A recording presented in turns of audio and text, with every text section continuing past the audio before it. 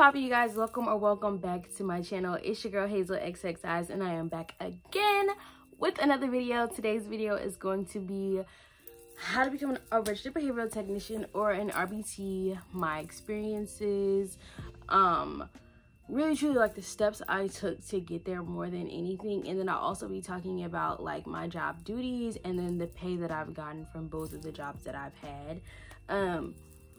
But before we get into the nitty-gritty of the video, please don't forget to like, comment, and more than anything, subscribe to my channel. I'm gonna give you guys a few seconds to do that.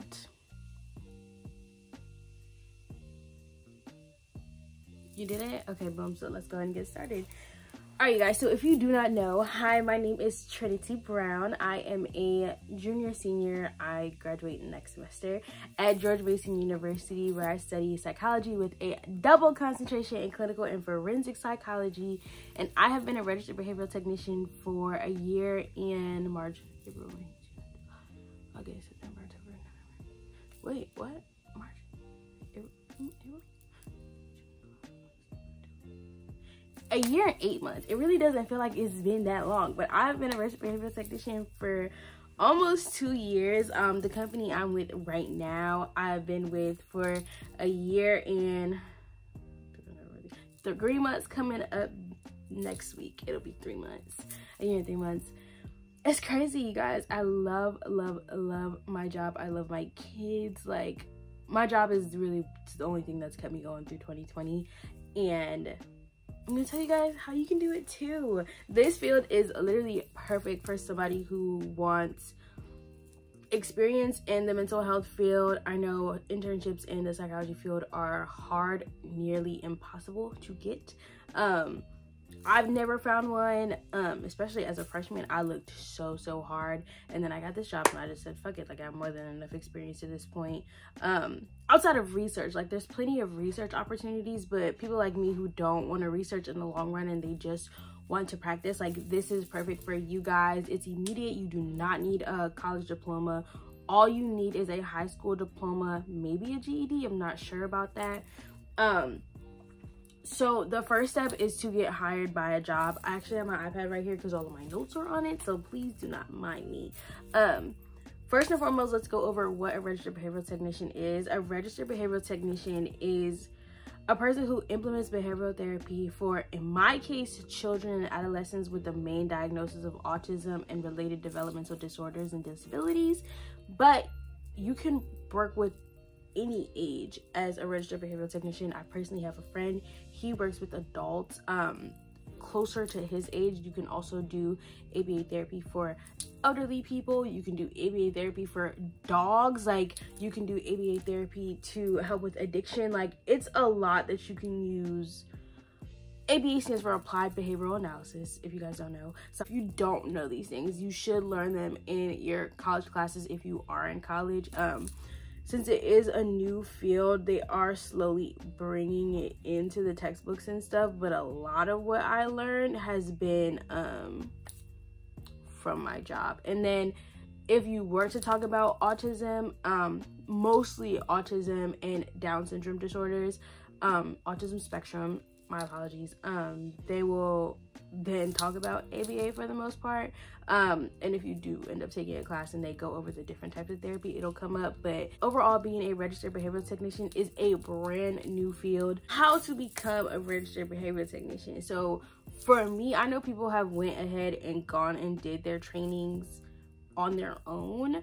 I didn't do it that way. I personally went and got hired at a job. So the story is, with my job when I was at Mason in Fairfax, I applied the first time around and they called me like that day and they were like, do you have a car? I said no. She was like, call me back when you have a car. I was like, okay.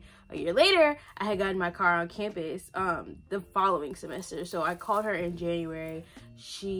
I reapplied I got my car in September of 2018, I think.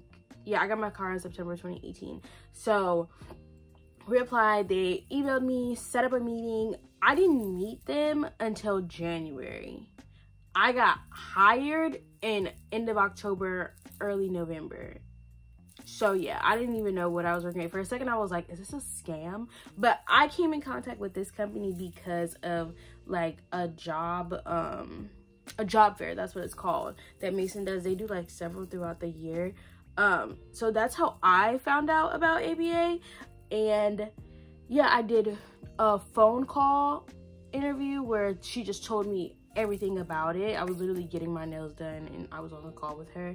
And then we did a FaceTime interview. Literally, she called me on FaceTime. It wasn't even a Zoom. Like, yeah. And then she emailed me like 45 minutes later. She was like, hey, you're hired. This is what you have to do. And then she broke down all of the requirements I had to do before I started working. So to put this in context, I got hired again end of October, early November when I got hired. I didn't start working until March. It took me that long, but it also was a whole lot of steps I had to go through. So these are the steps that you need to take to prepare yourself. This is not a job that you're gonna get hired and you're gonna start working in 2 weeks. You can, with my second job, it's like that, but with a lot of places, it's not like that. You have to get certified first. So in order to receive your certification, you need to take the RBT test. Before you take the RBT test, you have to do Relias. Relias is a 40-hour module system, which teaches you everything about ABA therapy, everything you may possibly need. So it does have a due date, and that depends on the company. My first job, they gave me about 2 months, I think, but it was also finals. So I was more focused on getting my finals done. And then I like really honed in and got it done the day of it was due. Like, it was a lot. It was a lot. But Relias is boring. I will tell you that now. It's not fun. It repeats itself a lot, which is really good. But once I hear it like 2 times, I don't need to hear it again. It talks about like ethics. It gives you definitions. It gives you examples. It gives you videos. Now it's interactive because each module, it'll tell you how long it takes. So it can range from about 45 minutes to 3 hours and 30 minutes. I think the longest one maybe be like 4 hours. I doubt that. But yeah, you just have to sit there and just knock them out. Like, if I know people that's gotten them done in like a week or 2, but I don't have the time to be doing it for a week or 2, and I don't know if you have the time. Like, I say get it done as fast as possible, but also make sure you're retaining that information because you will need that information for the test. So after you do Relias, you have to do your competencies. So I did my competencies in January. I did mine January 2nd of 2019. Our comps consisted of like us showing them that we know how to do it. I've had people do it 2 different ways. So they say like, explain this to me, because there are like interview questions. Everything you're doing in your comps, you do in your job. Like, they can watch you do it and then they can just check it off. So it was a whole lot easier because like you don't in that moment when you're doing an intervention, like, you're not thinking about, oh, it's called this, that, and the third. Like, this is differential reinforcement. Like, this is, you're delivering reinforcement on this variable. Like, you don't think about it. You just know the kid. You know what you have to do for that kid, and you just do it. Like, having to think about, like, what the fuck does that mean again? You know what it means. You do it every day. You just don't think about what it's called. So that's a whole lot easier.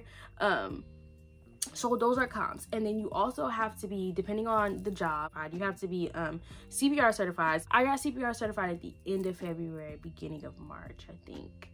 And then in middle of March, whenever spring break was for 2019 at Mason, I got certified to be a registered behavioral technician. So I took my test and I passed my test. Let me tell y'all about the fucking test. So the test is common sense to me. It was common sense to me. There was a couple questions I was like, what the fuck is this? But it was easy. The man who was at the Peterson Testing Center that was like the receptionist, he scared the fuck out of me. He was just like, he was like, you can go ahead and sit over there and wait for your results. I was like, okay. So I sat over there and I was like this. I was scared. My leg was shaking. I was like, oh my God, oh my God, oh my God. And he printed it off. He looked at it. He looked at me. He said, I'm gonna show y'all what he did. He said, and folded up the paper and put it in the envelope, licked it real slow, closed it. He said, it's ready, and set it down. And he was just looking like, you fucked that up. I was like, oh my God, I was so scared. I was so scared, y'all. So I like ripped the envelope opened it, read it, and it was just a whole bunch of bullshit at first. And he was just like, you passed. I was like, ah! And he was just like, congratulations, baby. I'm like, you played me, man. For what? It was a lot, but I was so happy. I was so happy to pass my test. So with that being over and done with, I was finally able to start working at the end of March. I think it was the first Tuesday in March. I had my first client. My first client was a teenager, a preteen. I think he was like, yeah, he was a preteen teenager, and he towered over me. And I didn't know anything about this kid. Like, I didn't meet my supervisor. I met him at our first training back in January, but I didn't meet my supervisor until I was walking up to the door to my kid's house. Remember, I did in-home for that job, and he was just explaining. He was like, yeah, he's super tall. I didn't realize that it was him. He had a beard. I thought it was like his older brother or something. I thought it was a little kid.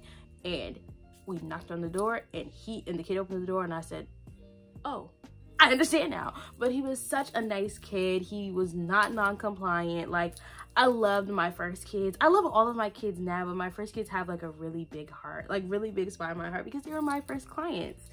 So yeah, that was my in-home experience. I don't really care for in-home because it's good for, I'm going to give you the pros and I'm going to give you the cons. So I'm going to give you the cons and I'm going to give you the pros of in-home therapy. So for the cons of in-home therapy, you have to drive yourself. You have to be at that person's house, which can be uncomfortable for some people. Some parents, I never had this experience. So all of my in-home clients, I've never had a parent that was super pushy, that didn't want me there, that made me feel uncomfortable, that was like all in the therapy session. I didn't have any of those problems. The parents were very, very kind, and they made me feel so welcome. They even tried to make me eat. Some of my parents, like, they would sit and talk to me sometimes. Like, they were very invested in their children. But it can be uncomfortable to be in somebody else's house, especially with different cultures that you may or may not be aware of, like knowing what you can and can't do in their home. All of my clients were of Middle Eastern descent, and they were a primarily Muslim or Buddhist population, so I had to take my shoes off every single time I came in the house. Like, that was no problem for me. I didn't care. But some people might find that uncomfortable. Like, some people aren't open to different ideologies and beliefs. I'm all for it. I learned so much when I was in their homes, and they were just very, very kind people. So, and I miss my kids a whole lot. Like, I had every expectation of going back to that company, but I just didn't. So, because I'm at home, I'm not in Fairfax anymore. So yeah, that just being in somebody else's home was just kind of uncomfortable for me. With in-home in my current job, like, it was kind of rushed. We didn't really have time to have in-home like programs and interventions set up for the kids, so it was kind of like go and just pair for a while. And pairing is like building reinforcement. You're making yourself fun for the kid in their environment. So me and my kids were already paired in the clinic, but they had never had me in their home, so I wasn't paired with their home. Their home was where they got to do whatever the fuck they wanted, and Miss Trinity or Miss TT doesn't tell me sit down and match these cards. So yeah, it was just kind of all over the place. I also didn't have a whole lot of supervision as I had in clinic. I feel like as soon as I got in clinic, I grew substantially as a tech, but in home I was very insecure. I wasn't sure what to do, if I was doing it right. I wasn't sure if I could like hug the kids and cuddle the kids and tickle the kids. Like, I didn't know what was okay and what wasn't. Those were the cons. The pros, again, I always felt welcomed. It gave me an intimate version of that child. Like, that is that child in their truest form, because they're at home. Like, that's their safe space. So it depends on what you're okay with. Like, some people really like in-home, and I'm just not really one of them. I'll deal with it because of bifurcation, because I have to, but I'm not gonna willingly go to another center and then just be in home. I'll stay at my job where I am, where I'm comfortable and where I really, really enjoy an in-clinic setting. So for an in-clinic setting, the pros and cons. The cons, it can be a lot of supervision hours, which is really good, which is definitely a pro for me, but it can also disrupt the child. So some kids, I personally have a kid where he goes crazy for attention. So if it's more than one person, he'll act out a little bit. His behaviors will just spike a little bit. So there's that in that aspect. But it's so many more pros. Everything else is a pro for in clinic. Like, you have that constant support. You can be social at work. If you have any questions, if your child is doing a behavior that you're not used to.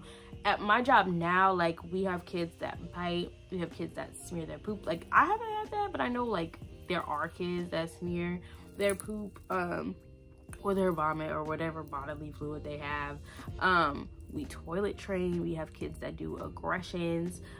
We have kids that will sit in non-compliance for like an hour. We have kids that will throw, I've gotten shoes thrown at me, I've gotten a chair thrown at me, I've had a kid flip a table on me. Like, it's crazy stuff will happen to you in this field, and you have to remember it's the mental health field. You are working with children who have disabilities. You are working with children that a lot of the times, my kids don't talk. So they're struggling to communicate what they want, or they don't know how to communicate what they want. So you never know what's gonna happen. Honestly, like, you can think it's gonna be a great day, and then just like that, it's done. You got pencils thrown at your head. Just go with the flow. Like, fuck it. Like, for real. My iPad died, you guys. No.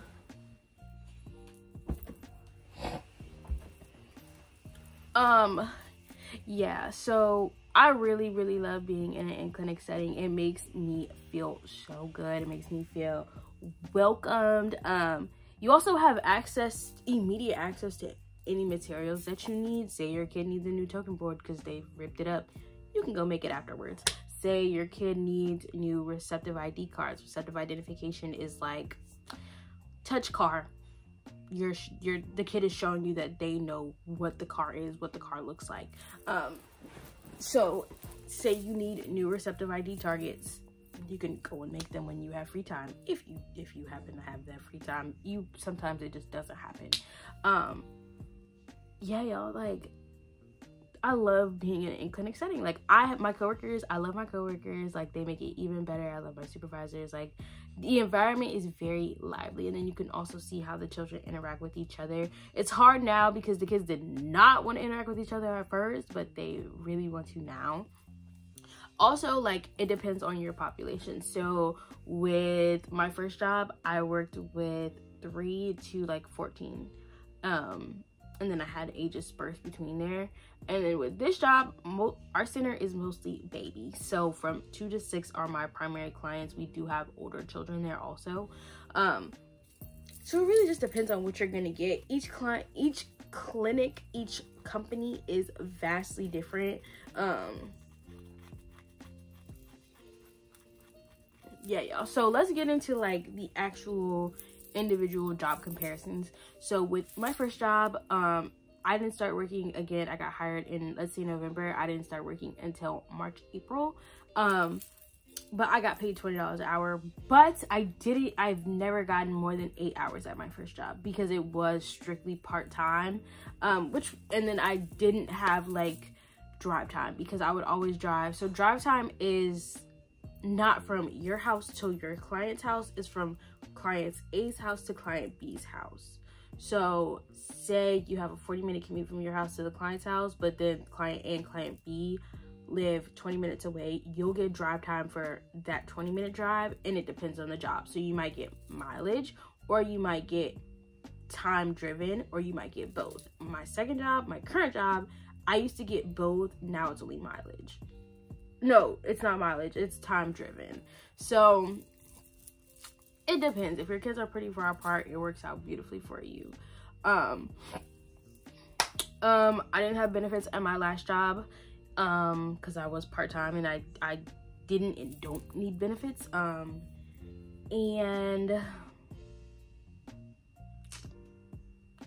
yeah, that's kind of it with that one. It was just hard because of, like, I was living in DC for that summer, so summer 2019.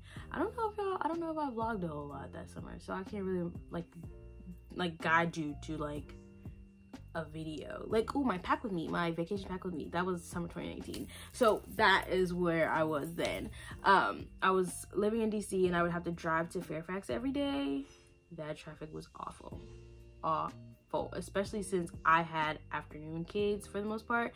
Oh, also another like pro of in-home, a lot of times like you can work around your own schedule. So say you have a kid Wednesdays and Fridays and it's from 2 to 5 and the parents are like, hey, can you come in the morning? Can you start coming in the mornings? Like, as long as you tell your supervisor and they're like, yeah, I can be there for your morning supervisions, like, you're fine. Like, during the summer, like, one of my kids' parents, like, I had him, yeah, Wednesdays. I think I had him Monday, Wednesday, Friday. And I had him from 1 to 4. They were like, hey, can you come in the morning? And I would work from 10 to 1. And it was 10, 11, 12. Yeah, I would work from 10 to 1. And it was perfect. It was like right before traffic and everything. I got off of the, what is it, 495? Yeah, I got off of 495 before the traffic hit. It was beautiful, y'all. So that's another pro for in-home. But the con is definitely like the drive time and the traffic. So for my in-clinic job, I got safety care trained. So that was something that I also had to do. It was paid for by the job and I was also paid for doing that. And it was kind of an all-day thing. The bad part was on a Saturday, but they do it during work hours now.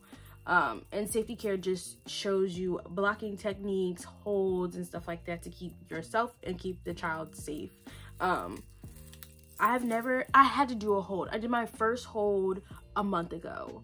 And yeah, it was a lot. I'm telling you guys, like, a hold will drain you. Like, non-compliance, tantrums, property destruction, like, it can be draining. But, like, you get used to it. Like, their first time, you're gonna feel like you're gonna cry. Like, I had a kid, like, lay on the floor and cry for 3 hours and did not put on his pants. Just refused. It happens. Like, I had a kid try to leave out of the building.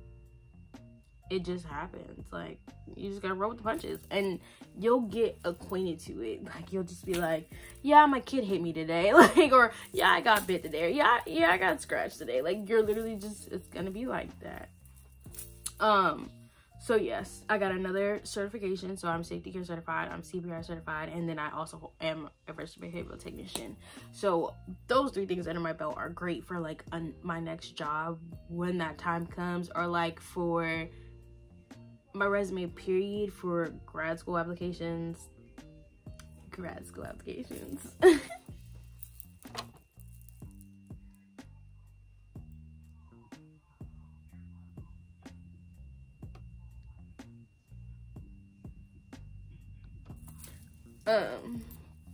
And then I get paid $17 here, but we also have to look at the, like, how do I put this? We also have to look at like the difference in location. So Northern Virginia, it has a higher standard of living than the Richmond area. And that's where I work, the Richmond area. So even though it's like a 2-hour difference, it still is a difference. So, and then I also do not have a degree, so I would automatically get paid more at my first job than the 20. Now I'm still working towards my degree, but I just got a raise because I just got promoted to RBT2, and that's just more responsibility. You help out more around the center, you can be a session trainer, stuff like that is what I do now. I haven't really had a change in what I was doing because COVID and things got worse.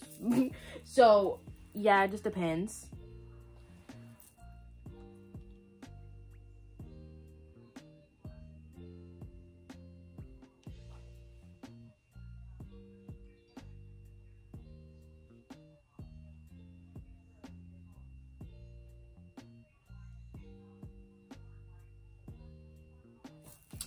And then with this job, with my current job, I also get 30+ hours. Normally when I'm working properly, I'll have like 36 when I'm bullshitting to 40 hours of work. So I work a full work week. But when things are weird, like if I have to call out, if like right now quarantine, like I'm doing Zoom sessions and like at home indirect work, like then my hours will be lower. So and then it's very, very flexible at that. So if you don't have a client until 12 and you guys open at 9, you don't have to come in until 12 if you don't want to. Like, I used to do that. I didn't have to be at work until 11. I didn't log in until 11 o'clock on the dot. Like, it was bad. But now I have clients from 9 to 6, so we do have a full schedule. And my last kid is done at 4. I often stay until 5 o'clock, and those are 8 hours a day. So that's good. I also have full benefits. I also have PTO accrual, and then we do have holidays off, paid holidays of like major holidays, so like Thanksgiving, Christmas, Labor Day, and like 2 others are paid. And then we have like floating holidays. Floating holidays are like, we pick 2 holidays of our choice, or it could be like our birthday and a holiday or something like that. This year we did, because we did a company change, so we're no longer called our company. Or we're going to be no longer called our company eventually. So we did Black Friday and Christmas Eve, so we will be off and paid on those days. And normally we would work Black Friday. We were off last year on Christmas Eve, but I think they expect us to work on Christmas Eve. I'm not working on Christmas Eve, y'all. I ain't never worked on Christmas Eve, and I'm not gonna start.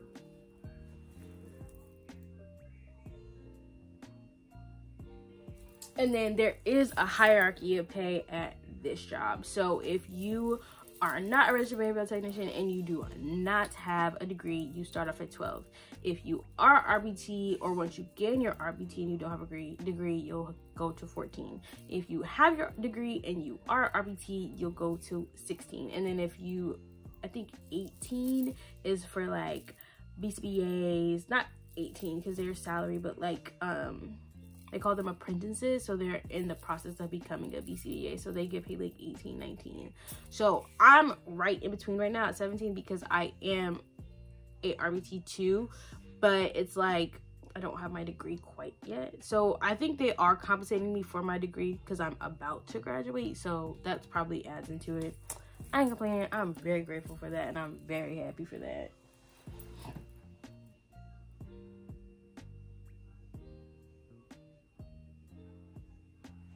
So let's talk about the actual job duties.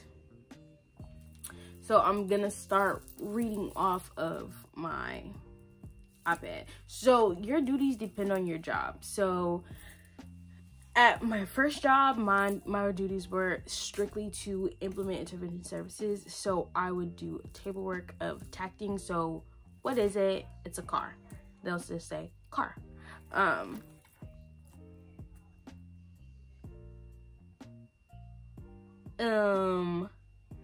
And then it'll be like matching, identifying objects, identifying people, identifying shapes, which is receptive ID, all of that is. So matching, labeling objects, which is called tacting, identifying objects, people, shapes, colors is receptive ID. Color sorting or sorting in general, stuff like that, waiting time, and then of course behavioral reduction. So if you have a child that bites, you would take data on how many times they bite throughout the day. If you have a child that like does that stems a lot, they hand flap, and it's a problem because they're older, you would take data on that. You have a client that mouths, you would take data on how many times they mouth. Mouthing is putting something in their mouth or licking something.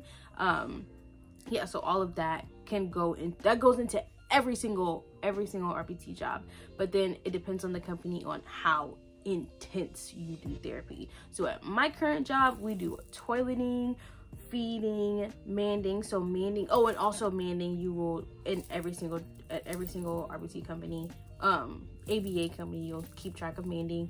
Manding is like asking for something. So they'll say, if you have a local kid, they can say like, I want Cocomelon. Give them Cocomelon because they asked for Cocomelon. Or they can say Cocomelon. They can say car. You give them the car.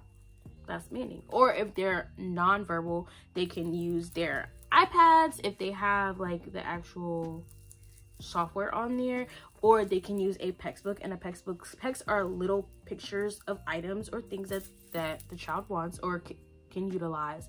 they'll peel it off of their textbook, which is just a binder with Velcro on it, and then there's Velcro on the back of the peck. They'll peel it off of whatever they want, and then they'll hand it to you, and that's them asking for it. So if the child likes gummies and they want gummies and they're working for gummies and they got all of their tokens, you can say, what do you want? And they will pull off whatever they want. So say they were working for gummies, they'll pull off the gummy peck and they'll hand it to you. Okay, you can have gummies. That's manning. So yeah, so it just really depends on the company on how in depth that you're gonna go. I didn't do toileting at my last job. Like the kids, all my kids were potty trained, or were in the process of potty training. I didn't have to do it. Feeding wise, some kids do have food aversions. They won't eat crunchy things. They won't eat super soft things. Some kids just won't eat anything and they will only eat select things. If they are in feeding clinic, a lot of times that the parents will probably, like, you'll be doing that and your BCA will teach you how to do it, I guess. None of my kids have like really bad food aversions. None of the kids I've dealt with have had like terrible food aversions, but there have been instances where like we've been trying to get the kid to eat, so we'll let them try different things. So yeah, and then this goes with any company. So again, some behaviors will be severe and some behaviors will be really easy. You can have a kid that the most that they do is just cry, but they'll walk with you. They'll do exactly what you say, but the whole time they're crying, and you might start a tantrum timer. Or you'll have kids that like tear an entire room to pieces and they're spitting on you and they're cursing. Like it just depends on the kid. Like I haven't had anything super bad. Most I've gotten was like bitten, scratched, and things thrown at me, which is a cakewalk to what some people have gone through. So, but it can be very intense and it can also take a toll on your mental health. Like you can walk out feeling exhausted and that you want to quit. It happens, but you just gotta stick through it. It's just a day, and then like being in an in-clinic setting, you'll have that support there for you. So like if they see that you're wearing down, like they'll swap out, take a couple minutes, and then come back whenever you're ready. It can also be delivered in different settings. You can do telehealth, which is basically like Zoom sessions, and you just do ABA over Zoom. I've never done it. I don't ever want to do it. I don't ever want to do it. What I'm doing right now is just watching the sessions happen at the clinic. Yeah, and I might take like remote data, but I don't have a Zoom kid. And then in home, and then in clinic. And then you can also have in community, so you can go to the school and do it in the school setting. You can take your kid out on outings, so going to the library, like going to the grocery store, and helping them with things that targets that they need to work on. Collect data collection analysis, so you collect the data. So say you do 10 trials of matching and they got 9 out of 10 correct, so you would write down, or you would put in on your iPad if you're digital, 9 out of 10 pluses or minuses, and then do that. And then at the end of the day, end of the week, end of the month, whenever you have time, you can go through and look at their data and look at their goals, and then master out anything that they've gotten. Like so say they need to have 9 out of 10 right for 3 consecutive days. They did that for like 4 days. That target is mastered out. So that's data collection analysis. Implement behavioral, measurable, and objective goals, so which is the tape work. My iPad keeps dying, you guys. And then for personal experiences, you guys have heard my personal experiences throughout this whole video. Being an RBT has made my heart so full, you guys. I definitely recommend it. It is for anybody. Like, if you love people, if you want to help, if you really want to get your foot dipped into the world of mental health and you don't know how to do it, become an RBT, baby. Start applying, because the field needs you. The field needs you.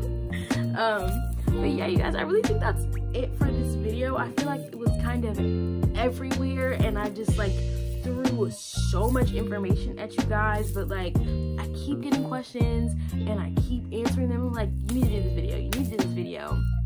It's done, it's done. I just gotta edit it and put it together and put it on YouTube for you guys. Like, I really hope this helped you guys and it provided a better insight for you. I know my RBT days in life only give you so much because you can't see what I'm doing with the kids because of HIPAA. I can't tell you exactly what I'm doing with the kids because of HIPAA. And just job security, period, because I don't want to get fired. So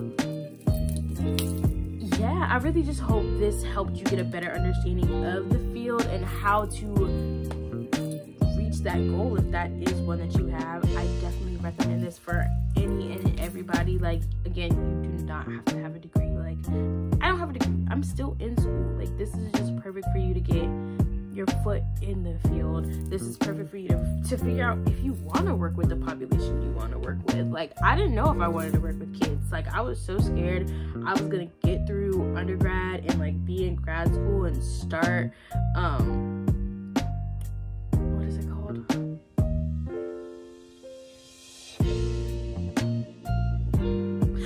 and start an internship. I was so scared I was gonna go through undergrad and start grad school and get an internship, and I would start working with kids and I'll be like, I really don't like these study motherfuckers. Like, I was so stressed out about that. But I love kids. Like, I love my population, I love my job. So it's just perfect to figure out if it's meant for you or not. Like, the mental health field is filled with so many different people and opportunities and avenues. Like, if this isn't right for you, like, perfect. I know a lot of people at my job will start and the first day they're like, this is not for me, and then they leave. And that's them. Like, they know and they understand, like, I can't do this and this isn't what I signed up for. So yeah, guys, I do want to say thank you so much for watching this video. I really hope that it helped you in some standpoint and gave you a better understanding of the field and my job. I wish you the absolute best of luck on all of your endeavors, and I really hope to hear more stories about passing your test and getting started with your job and even getting accepted into grad school and like starting your BCBA programs and starting your BCBA jobs. Like, congratulations ahead of time. Like, I can't wait. I'm rooting for you. Somebody's happy for you, and that's me, baby. I do want to say thank you guys so much for watching. Don't forget to like, comment, and subscribe. You guys be safe, be healthy, wear your mask, and more than anything, make good decisions. I love you guys. Bye.